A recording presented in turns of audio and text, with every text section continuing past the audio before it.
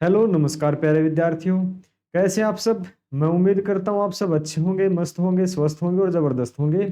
तो आपका चंडीगढ़ पुलिस का नोटिफिकेशन आ चुका है। फॉर्म मैं उम्मीद करता हूँ आपने अप्लाई कर दिया होगा। तो फॉर्म अप्लाई करने से नौकरी नहीं मिलती, पढ़ने से नौकरी मिलती है, मेहनत करने से नौकरी मिलती है। और ये जो चंडीगढ़ पुलिस है, ये करीब है ना, जिसकी पोस्ट है 700, 700 वैकेंसी जिसकी 700। और ये बहुत बहुत सालों के बाद आती है, कई बार 2 साल, 5 साल, 6 साल। यानी कि ऐसे नहीं कि प्रत्येक साल में इसकी वैकेंसीज आती है, बहुत बहुत दिनों के बाद आती हैं। तो ये आप ये मान के चलो कि स्वर्ग में एक सिपाही की जैसी नौकरी है ये। जितनी भी कांस्टेबल लेवल की जितनी नौकरी हैं, आप सीआईएसएफ की बात करोगे, दिल्ली पुलिस की बात करोगे, सभी अच्छी हैं। लेकिन सबसे बेस्ट जो है ना, वो चंडीगढ़ पुलिस की नौकरी मानी जाती है। तो इसमें चंडीगढ़ पुलिस में ये आपकी डेमो क्लास है और आज का लेक्चर आपका ज्योग्राफी का रहेगा। जो भी हम पढ़ाएंगे उसका पूरा पीडीएफ मिलेगा। और मैं आपकी जानकारी के लिए बता देता हूं, अपने पास अपने चैनल पर और अपने ऐप के ऊपर शिक्षा युग पर अपना ऐप है। शिक्षा युग के नाम से आप डाउनलोड करें, प्ले स्टोर पे जाएं और शिक्षा युग के नाम से ऐप डाउनलोड करें, वहां से अपना पूरा कोर्स बाय करें। अपने पास पूरा कोर्स है जो कि रिकॉर्डेड और लाइव है। अपने पास दिल्ली पुलिस और चंडीगढ़ पुलिस का, ये बात करते हैं चंडीगढ़ पुलिस की, तो रिकॉर्डेड बैच है और प्लस में लाइव भी है। कुछ क्लासेस की रिकॉर्डेड है और कुछ लाइव है। और आपकी एग्जाम डेट है वो कितनी है? 23 जुलाई है। और इस 23 जुलाई के इतने कम समय में हमें सारी की सारी लाइव नहीं देख सकते, इसलिए रिकॉर्डेड क्लास की भी हमें बहुत ज़्यादा ज़रूरत है। इसके साथ साथ मैं आपको बता देता हूं कि आज की डेट में एक नोटिफिकेशन और आया है। और ये नोटिफिकेशन आप जो देख रहे हो, ये दिल्ली पुलिस का है। ये है constable executive male and female in Delhi police examination 2023। और जो एग्जाम डेट है वो 14 नवंबर से है और दिसंबर की 5 दिसंबर तक आपका एग्जाम है। और इसी के अंदर एमटीएस की वैकेंसी है जो कि 6 से है, जो फरवरी में चल के, जो फरवरी 2024 में चल के हैं। तो जो दिल्ली पुलिस की भी वैकेंसी है, चंडीगढ़ पुलिस की आई हुई है। तो आप क्या करें, हमारे साथ जुड़े रहें। मैं आपको बहुत भरोसे के साथ कह सकता हूं कि अगर आप 6 महीने तैयारी कर लेते हैं, तो ये जो हम बात कर रहे थे ना इस बैच की, इसके तो 1 महीने के अंदर बहुत से बच्चों का सिलेक्शन हो जाएगा। लेकिन मैं सभी के लिए तो नहीं बोल सकता, क्योंकि जिन्होंने पहले तैयारी नहीं की है तो उनके लिए थोड़ी सी दुविधा हो सकती है। पर जो बच्चे हमारे साथ जुड़े रहेंगे वो दिल्ली पुलिस में श्योर सिलेक्शन ले पाएंगे। तो आज जो क्लास है ये आपकी चंडीगढ़ पुलिस की है। और इसकी चंडीगढ़ पुलिस की बैच की फीस है 249। फीस की मैं बात करता हूं तो 249 है। जबकि इसके फार्म की फीस, जो फॉर्म अप्लाई करते हैं उसकी 800 जनरल, सॉरी 800 एससी की है और 1000 फीस इसकी जनरल की और ओबीसी की है। तो फीस से आप मान के चल सकते हो 1/4, यानी कि चौथे हिस्से की हम फीस लेते हैं आपसे। तो इतनी कम फीस में, इतने कम समय में आपको रिकॉर्डेड, लाइव और साथ के साथ नोट्स भी हम आपको प्रोवाइड करवाएंगे। नोट्स आप देख सकते हो, जो भी हम पढ़ाएंगे इस प्रकार से आपको नोट्स मिल जाएंगे। आप पढ़ो, अच्छे से पढ़ो, क्लास लेक्चर देखो और वही जो पढ़ाएंगे उसका पीडीएफ नोट्स आप ऐप से डाउनलोड कर लेना, जो कि फ्री ऑफ कॉस्ट रहेगा कोर्स के साथ में। तो चलो आज का लेक्चर हम स्टार्ट करते हैं। और आज का लेक्चर आपका भूगोल का है और आज हम पढ़ेंगे यूनिवर्स अथवा ब्रह्मांड के बारे में, ब्रह्मांड की उत्पत्ति के बारे में और थोड़ा सा इसके बारे में जो आपके एग्जाम के लेवल में पूछा जाता है वो पढ़ेंगे। और इसके बाद हम पढ़ेंगे कल प्लानेट के बारे में, ग्रहों के बारे में, जितने भी ग्रह हैं सभी के बारे में, जो जो फैक्ट्स जो एग्जामिनर हमसे पूछता है सारी की सारी बातें कल हम पढ़ेंगे उसके बारे में। आज यहाँ से पढ़ते हैं हम ब्रह्मांड के बारे में। ब्रह्मांड क्या है, सबसे पहले ये जानना हमारे लिए बहुत जरूरी है। तो ब्रह्मांड क्या है?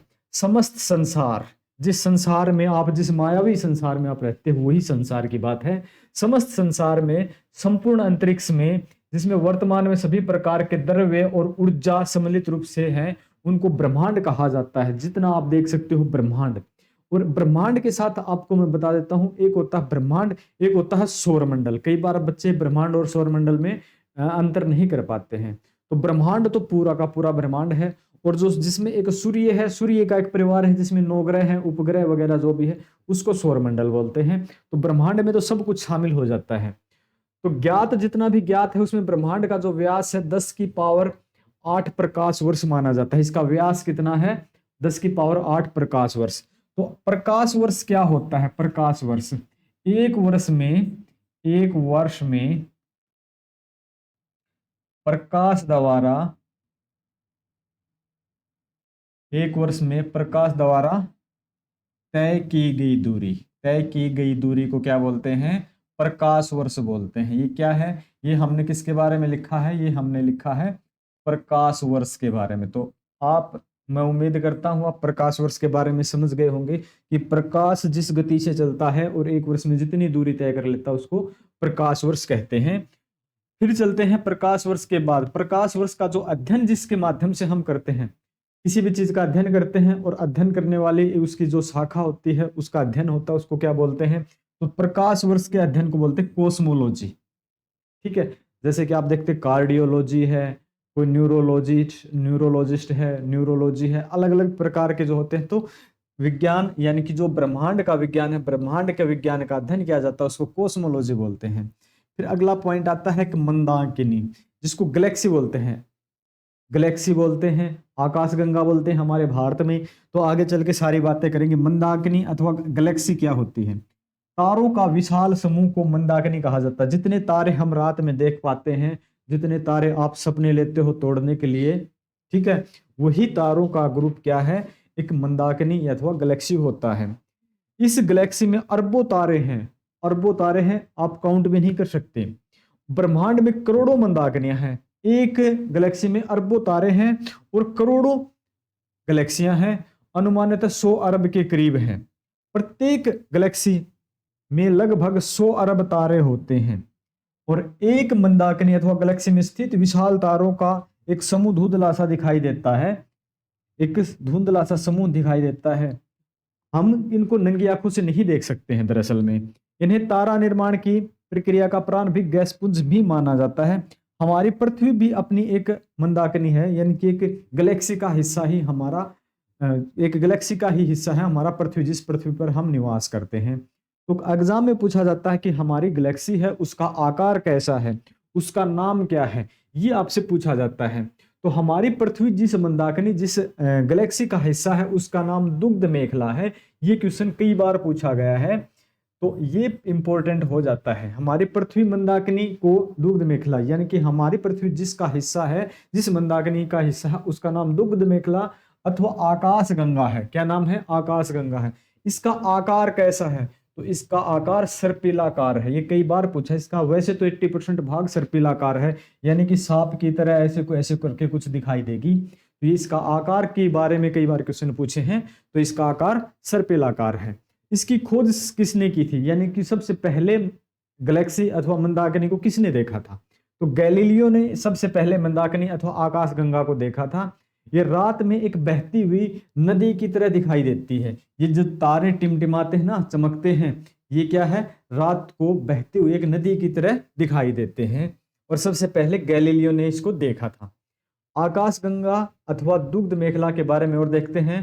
तो निकटतम दूरी पर स्थित एक अन्य, इससे निकटतम दूरी पर स्थित एक अन्य मंदाकिनी देवयानी भी है। तो दूसरे नंबर पे इसके सबसे निकटतम कौन सी है? देवयानी, या जिसको इंग्लिश में बोलते हैं एंड्रोमेडा है, एंड्रोमेडा है।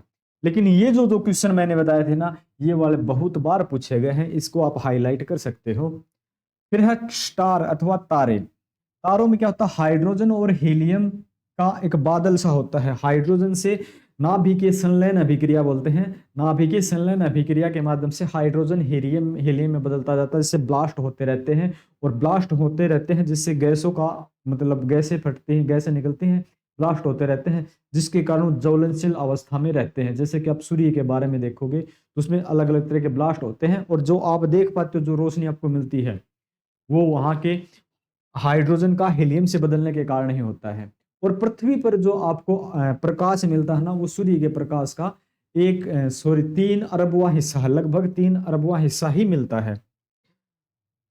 आगे बात करते हैं सूर्य। सूर्य भी एक तारा है।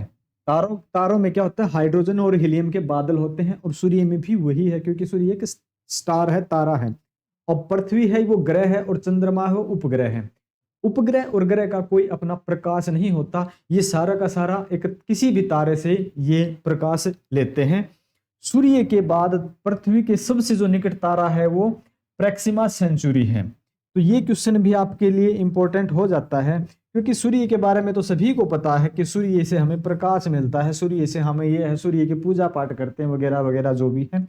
तो सूर्य के बाद जिसका नंबर आता है ना, वो तारा है कौन सा, प्रेक्सिमा सेंचुरी, लेकिन ये काफी दूर है प्रेक्सिमा सेंचुरी, इसलिए इसकी रोशनी हम तक अच्छे से नहीं पहुंच पाती है, पहुंचती है लेकिन हमें दिखती नहीं है, क्योंकि उससे पहले उसके नजदीक यानी कि हमारे नजदीक सूर्य है, इसलिए इसकी रोशनी हमारे तक कोई भी प्रभाव नहीं डालती है। यह तारा पृथ्वी से 4.2 प्रकाश वर्ष दूर है, 4.22 प्रकाश वर्ष दूर है। प्रकाश वर्ष का मतलब एक वर्ष में प्रकाश द्वारा की गई दूरी। तारों के जो समूह होते हैं जिसको हम बोलते हैं आकाश गंगा, मिल्की वे, तो यूरोप में तो मिल्की वे बोलते हैं, आकाश गंगा बोलते हैं ना, सॉरी मिल्की वे बोलते हैं। यूनान में गैलेक्सी बोलते हैं, वही गैलेक्सी।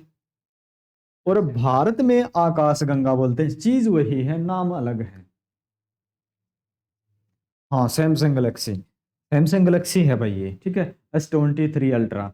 बट ये बच्चे हैं इनको नहीं पता अभी, ये अलग है, एग्जाम में नहीं पूछेगा सैमसंग क्या होता है। अगले पॉइंट पे चलते हैं। सौरमंडल में सर्वाधिक चमकीला तारा है साइरस, साइरस चमकीला तारा साइरस है, जिसे डॉग स्टार कहते हैं। ये इंपॉर्टेंट है, ये जो इंपॉर्टेंट फैक्ट है ना मैं लिख देता हूं। और चमकीला ग्रह, अगर मैं बात करूं चमकीला ग्रह के बारे में तो कौन सा है बताओ, चमकीला ग्रह। अगर चमकीला तारा की बात करते हैं तो तारा कौन सा है, साइरस है। और ग्रह की बात अगर करते हैं तो क्या है भाई बताओ। हाँ जी हमें पता है शुक्र ग्रह है, ठीक है। क्या कौन सा ग्रह है, शुक्र ग्रह। शुक्र ग्रह को सुबह का तारा, सांझ का तारा, भोर का तारा, पृथ्वी की जुड़वा बहन, बहुत नामों से जाना जाता है। आगे ग्रह की सीरीज में हम पढ़ेंगे शुक्र ग्रह के बारे में। शुक्र ग्रह को सांझ का तारा, सुबह का तारा, भोर का तारा और पृथ्वी की बहन भी बोला जाता है। सबसे चमकीला है, सबसे गर्म है, ओके। और इसकी बात करें, तारे की बात करें तो तारा यानी स्टार की बात करते हैं तो साइरस सबसे चमकीला है, जिसको डॉग स्टार भी कहते हैं। जिसको क्या बोलते हैं, डॉग स्टार, डॉग स्टार यानी कि कुत्ता स्टार, है ना। अरे डॉग स्टार ही होता है, कुत्ता स्टार नहीं है, कभी आप लिख दो कुत्ता स्टार। साइरस सूर्य से लगभग 25 गुना चमकीला है। साइरस है सूर्य से लगभग 25 गुना चमकीला है और 2.35 गुना बड़ा भी है और 54 लाख 3,864 गुना दूर है। लेकिन दूर कितना, काफी दूर है। और इसी दूरी के कारण इसका प्रभाव हम तक नहीं पहुंच पाता। एक है ये ध्रुव तारा। पहले बुजुर्ग है ना, ध्रुव तारा को देखकर दिशा बता देते थे, समय बता देते थे, बहुत कुछ प्रभाव होता था। आजकल तो सब कुछ डिजिटल हो गया, टेक्नोलॉजी का विकास हो गया। टेक्नोलॉजी के विकास से इनका महत्व आम पब्लिक को नहीं पता है। पहले जो बुजुर्ग आपके गांव में जो भी हैं वो बता सकते हैं ध्रुव तारा कहाँ है, उसके अनुसार आपको समय का भी आभास करा सकते हैं, दिशा का भी आभास करा सकते हैं। तो ये जो ध्रुव तारा है ये उत्तर दिशा में चमकता है। फिर है निहारिका, नेबुला। नेबुला क्या होता है, नेबुला के बारे में थोड़ा जानना जरूरी है। यह अत्यधिक प्रकाशमान होता है नेबुला। तो प्रकाशमान होता है, इसमें दरअसल होता क्या है, जो गैस और धूल के जो कण होते हैं ना, गैस धूल के कण होते हैं जिनमें करोड़ों तारों का विशाल गुच्छा होता है, निहारिका कहलाता है। गैस और धूलकण से निर्मित, इससे गैस और धूलकण से निर्मित बादल जिसमें करोड़ों तारों का विशाल गुच्छा यानी कि स्टार का एक ग्रुप होता है, वो इसको क्या बोलते हैं, निहारिका अथवा नेबुला बोला जाता है, नेबुला बोला जाता है। निहारिका के नाभिक में यानी कि न्यूक्लियस में, केंद्र में, नाभिक का मतलब समझते हो ना, केंद्र की बात होती है, सेंटर की बात है। न्यूक्लियस में अत्यधिक प्रज्वलनशील गैसें होने से चमकदार दिखता है, यानी कि गैसें जलती रहती हैं इसलिए क्या है, चमकदार दिखता है। एग्जाम्पल के लिए हम बता दें, निहारिका जैसे लाइरा है, आर्यन है और विनोटिसी है, केनिस है इत्यादि है। बट जो एग्जाम में आपसे पूछा जाने वाला पॉइंट है वो बहुत जरूरी है, मैं इसके आगे लिख देता हूं कि इंपॉर्टेंट है। बाकी आपकी नॉलेज के लिए सभी थोड़ा थोड़ा आपको पता होना ही चाहिए। फिर ग्रह की बात करते हैं, प्लानेट, जिसके ऊपर, एक ग्रह के ऊपर आप भी रहते हो। तारों की परिक्रमा करने वाले आकाशीय पिंडों को ग्रह कहा जाता है। जैसे कि मैं लिख दूं यहाँ पे, ये सन है, सूर्य है, ठीक है। तो इनके बाहर के जो राउंड करते हैं, जैसे कि ये अर्थ है, पृथ्वी है, तो इनको क्या बोलते हैं, क्या बोलते हैं, ग्रह बोलते हैं। और इनके बाहर से भी राउंड करते हैं, यानी कि मैं मान लेता हूं या मून है, चंद्रमा है, ये इनको क्या बोलते हैं, उपग्रह हैं। और ये है ना, इसके साथ ही साथ उपग्रह और ग्रह रोटेशन करते रहते हैं। एक होता है परिक्रमण और एक होता है परिभ्रमण। दो शब्द यूज होते हैं, परिक्रमण और परिभ्रमण। तो परिक्रमण का मतलब होता है कि जो अर्थ है सूर्य के चारों ओर 360 डिग्री घूमता है, उसको बोलते हैं परिक्रमण। परिक्रमण का मतलब समझ जाना, परिक्रमण, कभी आपको कंफ्यूज हो जाए, परिक्रमण यानी कि 360 डिग्री, ठीक है, 360 डिग्री घूमना दूसरे ग्रह या उपग्रह के साथ। और परिभ्रमण,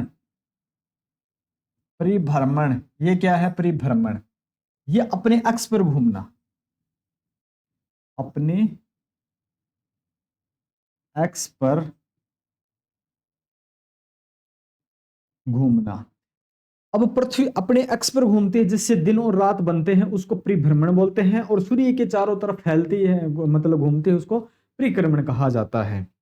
तो ये आपको पता चल गया होगा परिक्रमण और परिभ्रमण का मतलब क्या है। हमारी पृथ्वी एक ग्रह है, आपको पता है, और ग्रहों का कोई प्रकाश नहीं होता, ये सब सूर्य से यानी कि तारों से ग्रह ये वो अपना प्रकाश लेते हैं। फिर चलते हैं उपग्रह के बारे में, देखते हैं किसी ग्रह की परिक्रमा करने वाले लघु या छोटे आकाशीय पिंड को क्या बोलते हैं? उपग्रह बोलते हैं। ये दो प्रकार के होते हैं, एक तो होते हैं कृत्रिम, एक होते हैं प्राकृतिक। प्राकृतिक तो वो होते हैं जो ब्रह्मांड में अपने आप से जिनका जन्म हुआ, जैसे कि चंद्रमा। और कृत्रिम वो बोलते हैं जो इंसान अपनी सुविधा के लिए जैसे लॉन्च करते हैं, जिनको इंग्लिश में सैटेलाइट बोलते हैं और हिंदी में उपग्रह बोलते हैं। अपनी सुविधा के लिए लॉन्च जो किए जाते हैं उपग्रह, वो होते हैं कृत्रिम उपग्रह। फिर आ जाता है उनके बाद नंबर आता छोटे ग्रह, जिनको छोटे ग्रह को क्षुद्र ग्रह बोलते हैं। क्षुद्र ग्रह छोटे छोटे, मंगल और बृहस्पति ग्रह जैसे बड़े ग्रहों के बीच में छोटे छोटे ग्रह मौजूद हैं, एक पूरी पट्टी लाइन दिखाई देती है, यही क्या है? क्षुद्र ग्रह कहलाते हैं। ये क्षुद्र ग्रह यानी कि ग्रहों के बीच में छोटे छोटे टुकड़े हैं। जब ब्रह्मांड का विकास होता है, यानी जिसका जन्म हुआ है, तो वहां छोटे छोटे अलग अलग हिस्सों में टुकड़े बटे हुए थे, वो छोटे छोटे क्या थे? क्षुद्र ग्रह थे। फिर चलते हैं आकाशगंगा, मिल्की वे, या फिर आप बोल सकते हो गैलेक्सी, या फिर अपने आकाश गंगा बोलते हैं, मिल्की वे बोलते हैं, या गैलेक्सी बोला जाता है। हमारी पृथ्वी और सूर्य आकाशगंगा नामक मंदाकिनी का एक अंग है, ये बात हम पहले चर्चा कर चुके थे वैसे। फिर आता सौरमंडल। अब मैंने बताया था ब्रह्मांड और सौरमंडल में एक अंतर होता है, क्या आपको पता है? तो सौरमंडल क्या होता है? दरअसल सौरमंडल होता है सूर्य का परिवार। जो सूर्य का परिवार जो होता है उसको क्या बोलते हैं? सौरमंडल के नाम से जाना जाता है, सूर्य का परिवार। अब पूछोगे सर सूर्य के परिवार में क्या क्या है? सूर्य खुद हो गया। अब सूर्य के परिवार में कौन कौन से हैं? खुद सूर्य हो गया, इसके साथ साथ इसके ग्रह हो गए जो कि 8 हैं, पहले 9 हुआ करते थे। इसके बाद नंबर आता है किसका? उपग्रह का आता है। तो ये सारा का सारा क्या है? सूर्य का परिवार है, और सूर्य के इस परिवार को सौरमंडल कहते हैं। सूर्य एवं इसके चारों ओर परिक्रमा करने वाले समस्त ग्रहों, उपग्रहों, क्षुद्र ग्रहों, धूमकेतु, असंख्य उल्काओं इत्यादि जो भी हैं छोटे छोटे आकाशीय पिंड है, सभी का समूह करके क्या होता है? सौरमंडल होता है। और माना जाता है कि सौरमंडल के केंद्र में सूर्य है, सौरमंडल के केंद्र में सूर्य को माना जाता है। और सौरमंडल है वो ब्रह्मांड का एक हिस्सा है, न कि ब्रह्मांड सौरमंडल का हिस्सा। ध्यान रख लेना, ये बातें छोटी छोटी बातें हैं। सूर्य है वो सौर्यमंडल का जनक माना जाता है, सौर्यमंडल का जनक माना जाता है। यह सौरमंडल के समस्त ऊर्जा का आदि स्रोत है। जो ऊर्जा सौरमंडल में जहां तक फैली है वो सारी की सारी किससे मिलती है? सूर्य से हमें मिलती है। पूर्व में इसके 9 ग्रह थे, वर्तमान में इसके 8 हैं, क्योंकि 2006 में प्लूटो को ग्रह की श्रेणी से हटा दिया गया था, जिसको बोना ग्रह बोला गया। तो सबसे पहले बुध, शुक्र, पृथ्वी, मंगल, बृहस्पति, शनि, अरुण और वरुण है। जो प्लूटो हुआ करता था, कितने हो गए? 1 2 3 4 5 6 7 8 यहां तक हो गए। 9वां जो था ये 2006 में हटा दिया। 2006 में एक अंतरराष्ट्रीय खगोल शास्त्रीय संघ की यानी एक मीटिंग होती है, एक उसमें प्लूटो को हटा दिया जाता है। उसके बाद 8 ग्रह बच जाते हैं, उसके बाद 8 ग्रह बच जाते हैं। अब जो सूर्य है, हमें एक ध्यान रखना है एक बात, जो सूर्य है हमें सुबह पूर्व से दिखाई देता है।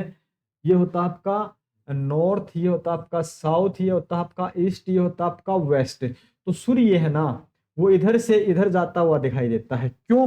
ये बात ध्यान रखने की है, क्यों जाता दिखाई देता है। ये कौन सा, अगर ये मैं बात करता हूं तो ये बात हो रही है सूर्य की।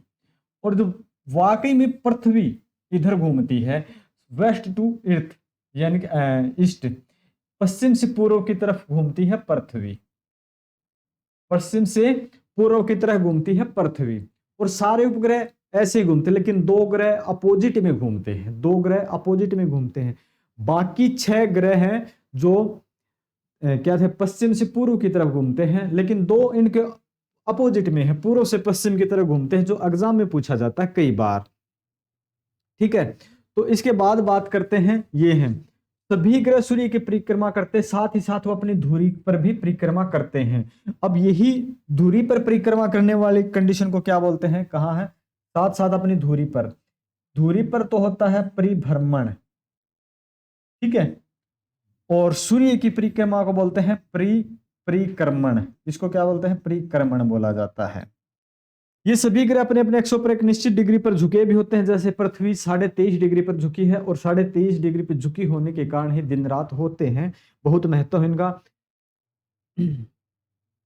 इसके साथ इसके आगे चलते हैं, सौरमंडल में बृहस्पति और सबसे बड़ा ग्रह, सबसे बड़ा है बृहस्पति है, सबसे बड़ा कौन सा, बृहस्पति, और सबसे छोटा कौन सा, बुध है।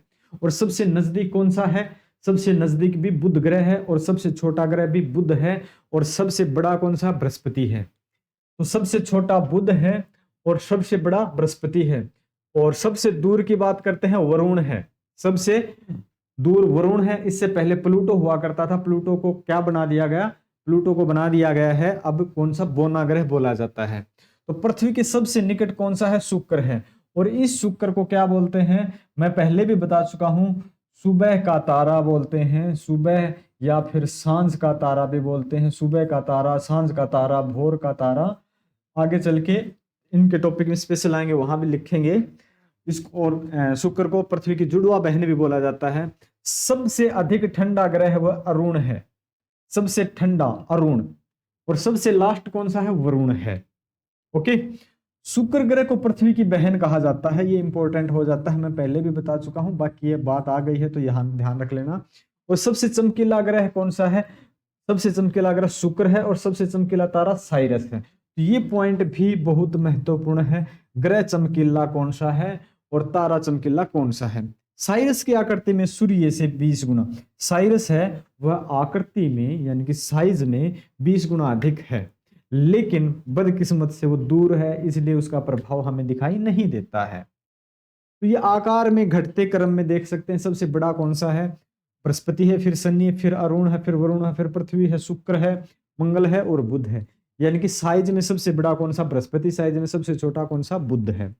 और घनत्व के अनुसार, डेंसिटी के अनुसार, अब घनत्व क्या होता है जी, बड़े क्रम और छोटे क्रम तो हम समझ गए, डेंसिटी का मतलब क्या होता है, घनत्व का मतलब कोई बच्चा बताएगा डेंसिटी क्या होता है। तो डेंसिटी ये होता है, हम आपको बता दो आपकी समझ के लिए, एक ऐसा मान लेते हैं, एक और बड़ा, इतना बड़ा टुकड़ा ले लिया, इतना बड़ा, ठीक है, पत्थर का मान लिया।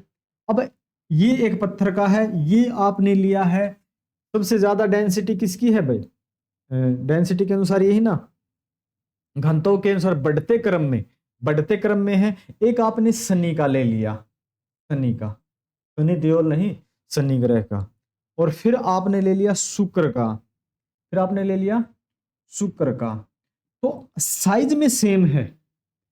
अब कोई भी चीज है ना, छोटे छोटे पार्टिकल से मिलकर बनी होती है, छोटे छोटे पार्टिकल हैं, तो छोटे छोटे पार्टिकल हैं, इसके पार्टिकल जितने ज्यादा करीब होंगे शुक्र के पार्टिकल, यानी कि ये प्लस में हैवी होगा, ये कम वेट में जब करेंगे।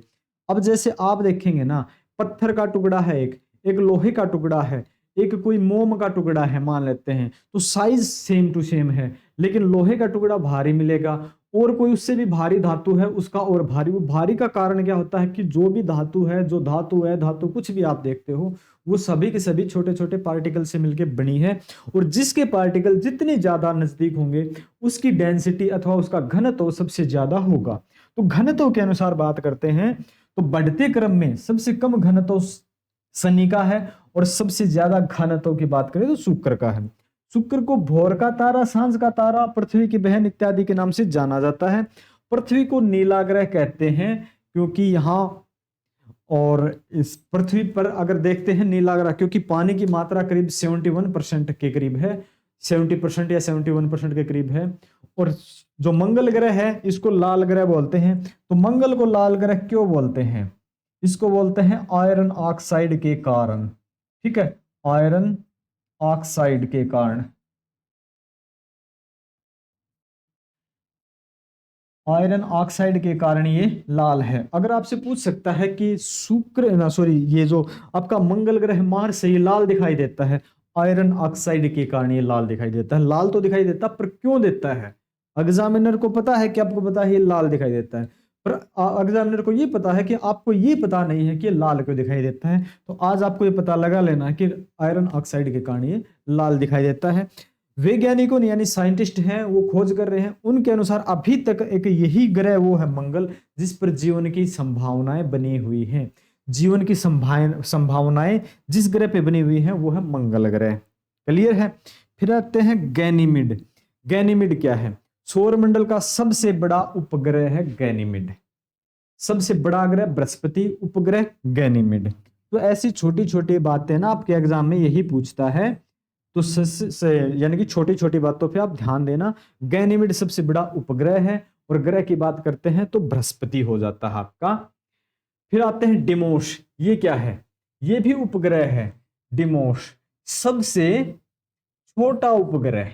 डिमोस छोटा ग्रह कौन सा? बुध। उपग्रह कौन सा? डिमोस। ये बातें ध्यान में रख लेनी है आपको। सबसे बड़ा उपग्रह, सबसे बड़ा ग्रह, सबसे छोटा उपग्रह। क्योंकि आपका जो एग्जाम का लेवल है चंडीगढ़ पुलिस का, उसके बाद हम दिल्ली पुलिस का स्पेशल बैच लेके आएंगे, क्योंकि दिल्ली पुलिस में चंडीगढ़ पुलिस से थोड़े से ज्यादा क्वेश्चन है। क्योंकि चंडीगढ़ पुलिस का एग्जाम है वो 3 4 5 साल में एक बार होता है। 2018 के बाद 2023 में होगा, तो करीब 5 साल होने को है, तो उनका लेवल इतना हैवी नहीं रहता है। लेकिन दिल्ली पुलिस के एग्जाम साल में 2 3 बार आ जाते हैं किसी न किसी डिपार्टमेंट के, तो उनका एग्जाम लेवल चंडीगढ़ पुलिस से कुछ हैवी होता है। अब बात करते हैं नाभिकीय संलयन अभिक्रिया। हाइड्रोजन के जो गुब्बारे हैं, जो गैस के गोले हैं, वो हाइड्रोजन से हीलियम में बदलते रहते हैं। इसके कारण आप सबको ये ब्लास्ट होते हैं, इसके कारण आप देख पाते हो अच्छे से। तो क्या होता है? नाभिकीय जो सूर्य से हमें जो ऊर्जा मिलती है, जो सूर्य चमकता है, वो किस कारण से है? वहां क्या है? वहां क्या कोई ऐसे थोड़ी है लकड़ी लेके गया हुआ है, लकड़ी से जला रहा है, आपको दिखाई दे रहा नहीं। वो नाभिकीय संलयन अभिक्रिया से क्या हो रहा है? वहां पे हाइड्रोजन से हीलियम में वो बदल रहे हैं गैसें, और इसी के कारण आप सब कुछ देख पाते हो। जब तारे के केंद्र में हाइड्रोजन समाप्त हो जाता है तो केंद्रीय भाग संकुचित होकर गर्म हो जाता है, और वह रात में लाल दिखने लगता है। मंगल क्या है ना, ये तो वैसे लिख दिया। हाँ, वो गर्म हो जाता है, और आपने को पता है ना कि फिर वो लाल दानों की श्रेणी में चला जाता है, उसके अलग अलग, यानी कि वो ब्लास्ट हो, छोटा सा टुकड़ा हो जाता है उसका। और फिर यही ग्रह खत्म होते होते जो आपने ब्लैक होल पढ़ा है ना, वो भी इन्हीं से संबंधित है। और आपने ये भी पढ़ा होगा ब्लैक होल से कोई भी वस्तु नहीं गुजर सकती, कुछ भी, यहाँ तक कि प्रकाश भी नहीं गुजर सकता ब्लैक होल से। और ब्लैक होल को देखा भी नहीं जा सकता, न नंगी आंखों से, न दूरबीन से, न किसी उपकरण से। तो फिर आप ये पूछोगे कि ब्लैक होल होता क्या है, इसका अंदाजा कैसे लगाएंगे? वहां की जो एक्टिविटीज है ना, उनके माध्यम से ब्लैक होल का अंदाजा लगाया जाता है। अदरवाइज ब्लैक होल देखा नहीं जाता है कि ब्लैक होल होता कैसे है। आगे नेक्स्ट पॉइंट पे चलते हैं। कुल 8 ग्रहों में से केवल 5 ग्रह ही हैं जो नंगी आंखों से देखे जा सकते हैं। बुध, शुक्र, शनि, बृहस्पति और मंगल। 8 ग्रहों में से कितने? केवल 5 ग्रह आप देख सकते हो। ठीक है। हाँ, एक ही पॉइंट भी रह गया था। बृहस्पति सौरमंडल का सबसे भारी है और सबसे अधिक उपग्रहों वाला ग्रह है। बृहस्पति के सबसे ज्यादा उपग्रह हैं। शुक्र एवं अरुण को छोड़कर अन्य सभी ग्रहों के घूर्णन और परिक्रमण की दिशा एक ही है। मैंने थोड़े टाइम पहले एक बात बताई थी आपको कि पृथ्वी पश्चिम से पूर्व की तरफ चलती है, तो सभी के सभी ग्रह पश्चिम से पूर्व की तरफ चलते हैं। लेकिन 2 ग्रह ऐसे हैं जो अपोजिट में चलते हैं, जो कि पूर्व से पश्चिम की ओर चलते हैं, और वो अपोजिट वाले ग्रह शुक्र और अरुण है। शुक्र और अरुण है, और यही वो शुक्र जो पृथ्वी की बहन है। दोनों बहनें, पृथ्वी और शुक्र दोनों बहनें अपोजिट डायरेक्शन में चलती है बहन। सभी की सभी क्वालिटी लगभग सेम है, लेकिन इनकी दिशा अलग है। दोनों की परिक्रमण और परिभ्रमण की दिशा अलग अलग होती है। नेक्स्ट पॉइंट पे चलते हैं। फिर चलते हैं, थोड़ा पढ़ लेते हैं हम सूर्य के बारे में। और सूर्य के बारे में जितना है जो एग्जाम में पूछे जा सकते हैं वो फैक्ट्स यहाँ पे, पॉइंट यहाँ पे मिल जाएंगे। और इसके बाद फिर सूर्य का जो सौरमंडल है, इसके जो ग्रह हैं 9 के 9, यानी कि अब वर्तमान में 8 हैं, उनके बारे में हम पढ़ेंगे। तो इस लेक्चर में हम सबसे पहले सूर्य के बारे में देख लेते हैं। सूर्य है ये सौरमंडल का प्रधान माना जाता है और सौरमंडल सूर्य का पूरा परिवार माना जाता है। सौरमंडल का समस्त ऊर्जा का प्रकाश का स्रोत कौन सा है? खुद सूर्य ही है। यही है जनक, यही है पिता है, सब कुछ यही है, खुदा यही है सौरमंडल का। सूर्य की ऊर्जा नाभिकीय संलयन अभिक्रिया से उत्पन्न होती है। ये क्वेश्चन बहुत बार रिपीट होता है, बहुत बार। सूर्य की जो ऊर्जा है वो किस कारण से उत्पन्न होती है? नाभिकीय संलयन अभिक्रिया के कारण। एसएससी तो कई बार पूछ चुका है ये प्रश्न। सूर्य अपने एक्स पर पूर्व से पश्चिम की ओर घूमता है। सूर्य भी अपनी परिक्रमा करता है, लेकिन कई सालों में। ये किस दिशा में? पूर्व से पश्चिम की ओर घूमता है, पूर्व से पश्चिम की ओर। भार की दृष्टि से सूर्य पृथ्वी से 3,30,000 गुना बड़ा है। 3,30,000 गुना बड़ा है भार की दृष्टि से पृथ्वी से सूर्य।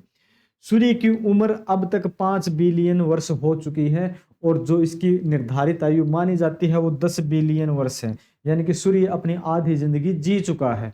सूर्य ने अपनी आधी जिंदगी जी ली है। अब तक जो आयु उसकी हो चुकी है, उम्र हो चुकी है, 5 बिलियन वर्ष है और संभावित जीवन उसका 10 बिलियन वर्ष है। 10 बिलियन वर्ष के बाद सूर्य समाप्त हो जाएगा, सबका सब खत्म मामला। तब तक पता नहीं हम कितने जन्म ले चुके होंगे। तो इसके केंद्रीय भाग की बात करते हैं तो करीब 1.5 करोड़ डिग्री सेल्सियस तापमान होता है इसके क्रोड का। ठीक है, केंद्रीय भाग, इसको क्रोड भी बोलते हैं। इसके क्रोड का तापमान जो है 1.5 करोड़ डिग्री सेल्सियस होता है और इसकी सतह का जो तापमान है वो 6000 डिग्री सेल्सियस है। जो इसकी सतह है ऊपरी, इस पे 6000 डिग्री सेल्सियस का तापमान है।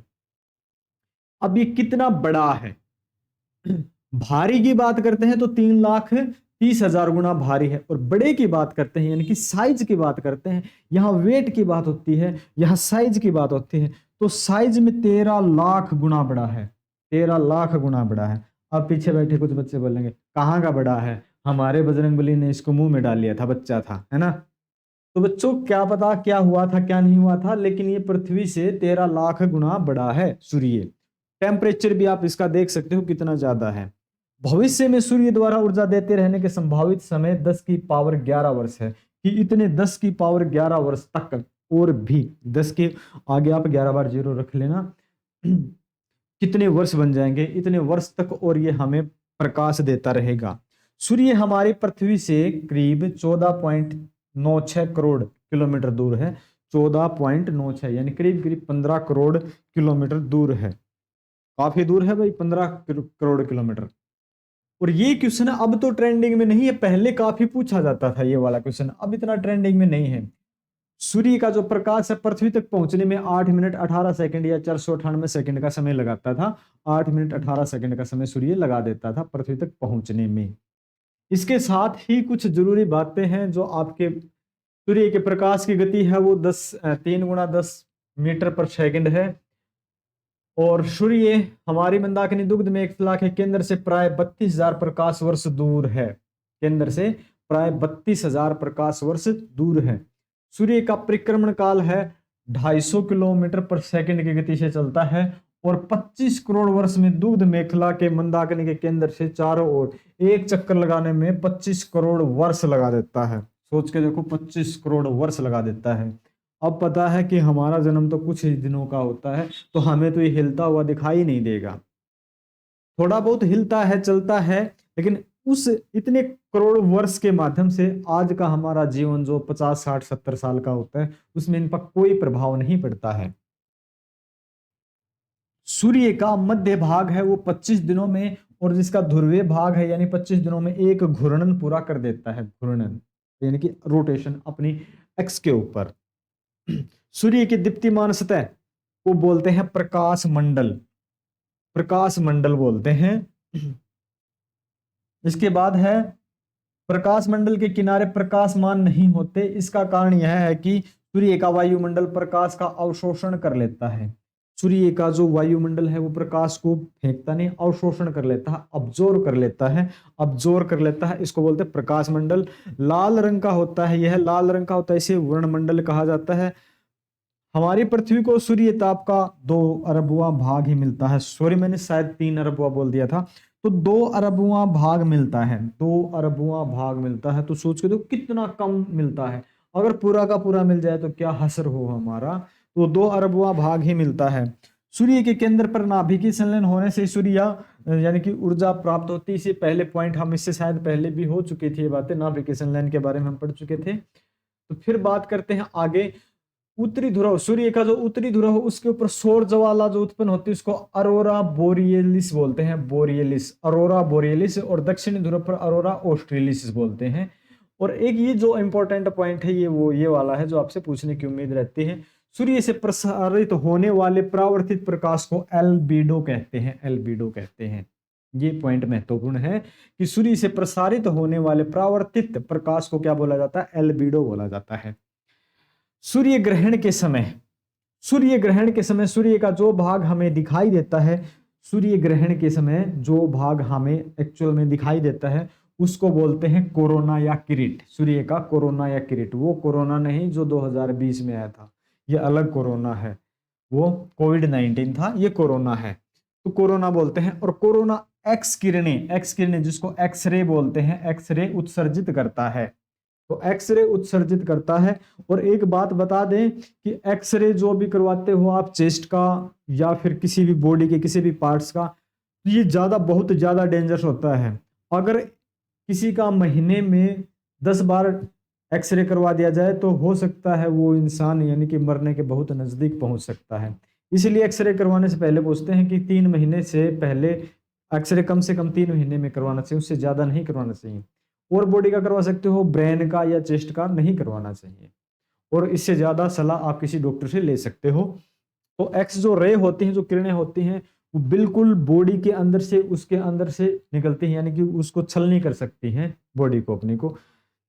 सूर्य के कोरोना को सूर्य का मुकुट, सूर्य के कोरोना को सूर्य का मुकुट उसके प्रभाव मंडल के कारण ही कहा जाता है। तो कोरोना, अगर आपसे एग्जाम में पूछेगा कि सूर्य का मुकुट किसे बोला जाता है, सूर्य का मुकुट किसे बोला जाता है, तो सूर्य के कोरोना को सूर्य का मुकुट बोला जाता है। क्यों बोला जाता है? उसके प्रभाव मंडल के कारण बोला जाता है। जब पूर्ण सूर्य ग्रहण होता है, पूर्ण सूर्य ग्रहण की स्थिति जब होती है, तब हमारी पृथ्वी को प्रकाश सूर्य के कोरोना से ही प्राप्त होता है। अब समझते हो, जैसे कि उसका बाहरी हिस्सा दिखेगा, बीच में चंद्रमा आ जाता है, तो वो बाहर का जो हिस्सा दिखता है उसी से हमें ये मिलता है, क्या प्रकाश मिलता है। सूर्य के कोरोना से बाहर की ओर प्रवाहित होने वाली फोटोन की धाराओं को हम सौर पवन कहते हैं। सौर पवन, ये एग्जाम में पूछा गया था भाई, सौर पवन के बारे में थोड़ा सा इंपॉर्टेंट है। सौर पवन के बारे में जान ले कि सौर पवन क्या होती है। सौर पवन दरअसल क्या होती है? सूर्य के कोरोना से बाहर की ओर प्रवाहित होने वाली फोटोन, फोटोन की धाराओं को क्या बोला जाता है? फोटोन की धाराओं को बोला जाता है सौर पवन। ठीक है, सौर पवन बोलते हैं, सोलर विंड बोलते हैं। खगोल शास्त्रियों का ऐसा अनुमान है कि आगामी 5000 मिलियन वर्षों के पश्चात अन्य तारों की तरह सूर्य भी लाल दानों की स्थिति में पहुंच जाएगा। सूर्य भी, यानी कि इसकी जितनी प्रक्रियाएं हैं वो सारी की सारी समाप्त हो जाएंगी, ये भी लाल दानों की स्थिति में पहुंच जाएगा। अब सूर्य के धब्बे दिखाई देते हैं, सूर्य के ऊपर कभी कभी धब्बे दिखाई देते हैं। तो सूर्य के धब्बों के बारे में आपको पता होना चाहिए। और यहाँ पे कुछ ब्लास्ट वगैरह होते हैं जो हमारे संचार माध्यम को परेशान कर सकते हैं। जो वायरलेस सिस्टम होता है ना, जो टीवी का है या और उपकरण है जो वायर के माध्यम से होते हैं, उन पे इफेक्ट नहीं पड़ता। जो वायर के लेस होते हैं वो सारा संचार गड़बड़ कर देते हैं। ये सूर्य की सतह में निरंतर परिवर्तन होते रहते हैं। सूर्य में दिखने वाले काले धब्बे वस्तुतः चलते हुए गैसों के खोल हैं। जो गैसें चलती हैं उनके खोल हैं, जो इसके सबसे ठंडे भाग को दर्शाते हैं। तो जो सबसे ठंडा भाग होता है वो सूर्य के धब्बे के रूप में, काले धब्बे के रूप में दिखते हैं। सूर्य के इस भाग का तापमान आसपास के तापमान से 1500 डिग्री सेल्सियस कम होता है। अब जहां पे इसकी सतह पे 6000 डिग्री होता है, ये तापमान वहां से 1500 डिग्री कम होगा, तो ये कम प्रज्वलनशील होगा, इसलिए कम वहां पे काला धब्बा दिखाई देगा। सूर्य में स्थित काले धब्बों का एक चक्कर पूरा होने में 22 वर्ष का समय लगता है। तो ये एग्जाम में पूछा गया छोटा सा पॉइंट है, कितने वर्ष का टाइम लगता है? 22 वर्ष का, जिसमें शुरू के 11 वर्षों में ये धब्बे बढ़ते जाते हैं और बाद के 11 वर्षों में ये धब्बे घटते जाते हैं। 22 वर्ष का समय लग जाता है यहाँ पे। सूर्य में स्थित चमकीले धब्बे प्लेजस कहलाते हैं। क्या कहलाते हैं? प्लेजस। जबकि सूर्य के काले धब्बों को सौर कलंक कहा जाता है। अब दो धब्बे दिखाई देते हैं, एक चमकीले धब्बे और एक काले धब्बे। तो जो चमकीले धब्बे हैं उनको तो धब्बे को बोलते हैं प्लेजस, और जो काले धब्बे दिखते हैं उनको बोलते हैं सौर कलंक या सनस्पॉट बोलते हैं, सनस्पॉट कहते हैं।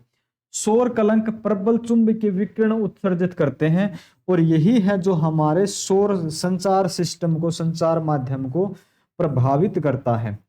सौर कलंक के बारे में देखते हैं। ये चुंबकीय विकिरण उत्सर्जित करते हैं, और यही कारण है कि जब सूर्य की सतह पर काले धब्बे दिखते हैं तो पृथ्वी पर चुंबकीय झंझावत यानी कि मैग्नेटिक स्टॉर्म, तूफान आ जाता है। मैग्नेटिक स्टॉर्म, तूफान, मैग्नेटिक तूफान आ जाता है, जिसके कारण ऐसी स्थिति उत्पन्न हो जाती है कि बेतार संचार व्यवस्था यानी कि वायरलेस जो भी प्रणाली है, वायरलेस जो है, जिसके वायर के माध्यम से जो काम होते हैं उनमें कोई दुविधा नहीं होती। जो वायरलेस माध्यम होते हैं वो सारा का सारा सिस्टम आपका बिगड़ जाता है। चुंबकीय की सुई की दिशा बदल जाती है, जिस कारण रेडियो है, टेलीविजन है, विद्युत चालित मशीनें हैं इत्यादि जो भी है आपका सारा का सारा सिस्टम खराब हो जाता है। सूर्य से उत्सर्जित होने वाले हाइड्रोजन को प्रोमिनसेस कहा जाता है। सूर्य की जो बाहरी परत है जिसका तापमान 6000 डिग्री सेल्सियस है, ये संवहनीय मेखला कहा जाता है इनको। ये ऐसे एग्जाम में बहुत कम पूछे जाते हैं, जो जरूरी पॉइंट थे वो मैंने सारे के सारे आपको बता दिए हैं।